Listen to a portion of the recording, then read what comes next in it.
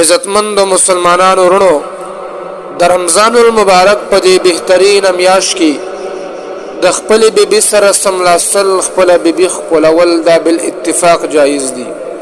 په دې کې څه حرج نشته دی، په دې سره روزه هم نه ماتېږي، خو شرط دا د محترمو چې د خپل بیبي سره کورواله نه وي شوی. که چېرته د خپل بیبي سره کورواله وشي په دې سره بل اتفاق روزه ماتېږي.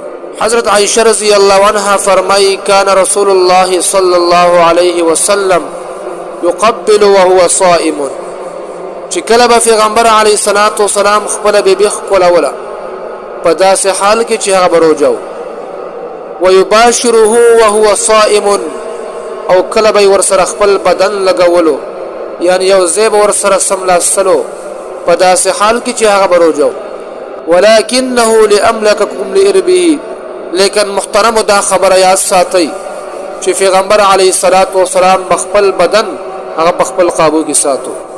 نو مطلب دا شو محترمو چې د خپل بیبي سره سملاسل بل اتفاق جایز دي، هغه خپلول پخپو کې راګرول هغه سره مینه محبت کول بل اتفاق جایز دي، خو شرط دا دی چې انسان بخپل ځان باندې قابو ساتي. ځکه بل حدیث شریف کې راځي پیغمبر علیه الصلاۃ والسلام ته یو کس راغی او تپوسو کو اے د الله حبیبا آیا مال پر رمضان المبارک کی د روزه په حالت کې د خپل بیبي سره سملاسل جایز دي؟ پیغمبر علیه الصلاۃ والسلام ورته اجازت ور. بیا یو بل کس راغی او هم دغه سوال وکړ اے د الله حبیبا آیا ما د فار د خپل بیبي سره په روزه کې سملاسل جایز دي؟ پیغمبر علیه الصلاۃ والسلام هغه منو. نو علما فرمای محترمو چې کله د اول کس راغی دا بوډاو، پیغمبر علیه الصلاۃ والسلام هغه اجازت ورکو، ځکه ولا اجازت ورکو چې بوډا چون کې د هغه خواهشات کمزوري شوی وي، په نفس کنټرولي هغه په خپل ځان باندې کنټرول لرلی شي، نو هغه اجازت ورکو چې بالکل ته د خپل بیبي سره سملاستلی سي د روژې په حالت کې. او دا چاله چې اجازت ورنکو دا ځوان و، چون کې ځوان هغه د خپل ځوانۍ په نشه کې وي، د هغه طاقت وي، هغه په خپل ځان باندې کنټرول نشي لرلی، نو هغه یې منع کو.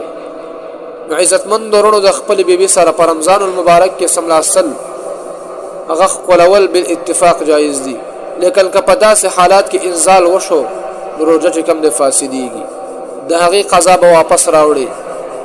لیکن محترمو که چېرته انسان بیا د رمضان المبارک نه بغیر ټول کال روژې ونیسي، لیکن د هغې یوې روژې هغه ثواب نشي راګرځولی. محترمو احتیاط پدې کې دی چې د خپل بیبي نه په رمضان المبارک کې ځان جدا ساتل پکار دي، ځکه محترمو انسان سره قدم په قدم شیطان ورسره وي او د انسان زړه ته هر قسم وسوسې راځي.